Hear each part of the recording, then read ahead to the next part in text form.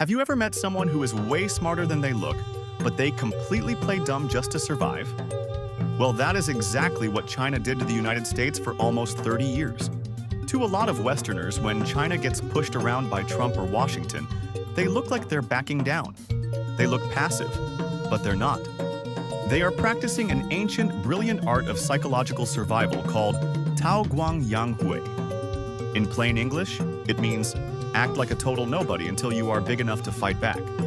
And today, I'm going to tell you a famous story about a dinner party from 1-800 years ago where this exact strategy was invented, and why Donald Trump is realizing, a little too late, that the window to stop this game has already closed. To understand why Xi Jinping stays so calm under pressure, you need to know about a warlord named Liu Bei. Long ago, Liu Bei was stuck living in the territory of his biggest rival, a super powerful and ruthless dictator named Cao Cao. Cao Cao was suspicious of everyone and would eliminate anyone he saw as a threat. Liu Bei knew he was in extreme danger. If he showed even a little bit of ambition, he'd be dead by morning. So what did he do? He became an actor. He moved into a small house, bought some dirt, and spent every single day planting vegetables. He pretended to be obsessed with cabbages and tomatoes, acting like a simple, harmless guy who had zero interest in politics or power.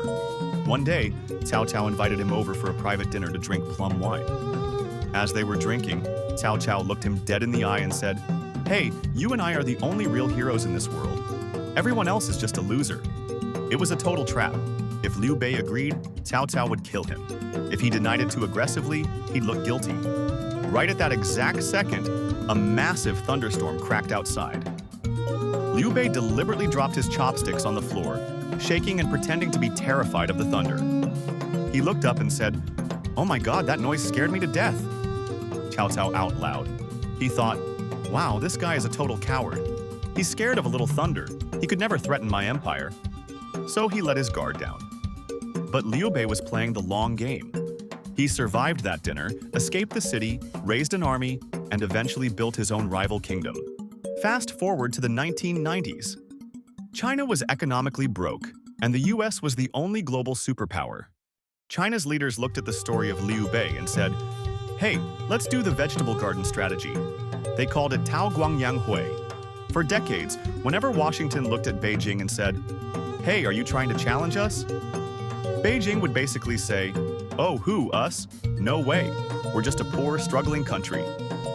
Look at us, we're just making cheap plastic toys and shoes in our little garden. Don't mind us." And Washington totally fell for it. Western politicians smiled and thought, "Ah, they're harmless. They're becoming just like us."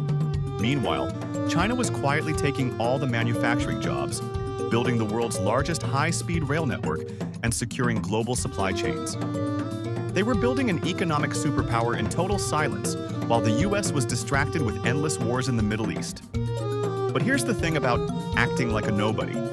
It only works until you get too big. You can't hide an elephant behind a tree forever. A few years ago, the mask finally had to come off. China became the world's second largest economy, and suddenly, Washington woke up. They looked around and said, "Wait a minute. They aren't a poor country making toys anymore. They control the global tech and supply chains." The realization hit them like a truck. The window to easily stop China had already closed. Which brings us to the crazy drama we see today between Donald Trump and Xi Jinping. Trump is like a classic American boxer. He wants to hit hard, throw tariffs, yell on the news, and get a quick knockout win today. He wants to be the loud hero. But Xi Jinping was raised on the strategies of leaders like Liu Bei. When Trump throws a punch or issues a threat, Beijing's first instinct isn't to swing back wildly.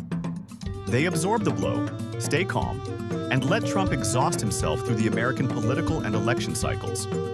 Now, don't get me wrong. The game is much harder for China now because America finally knows the secret. The harmless vegetable farmer routine doesn't work anymore. Trump is putting on maximum pressure, and it's an open, brutal fight. But the moral of the story is this. In the West, we are obsessed with who wins this week's headlines. But in Chinese strategy, you win by outweighting the other guy. Dropping your chopsticks doesn't mean you are weak. Sometimes, it's just the move that lets you live to win the war. So, next time you see a headline saying China is backing down, just remember Liu Bei dropping his chopsticks in the rain. What do you think? Did America realize the game too late? Drop a comment below, hit that subscribe button, and I'll see you in the next story.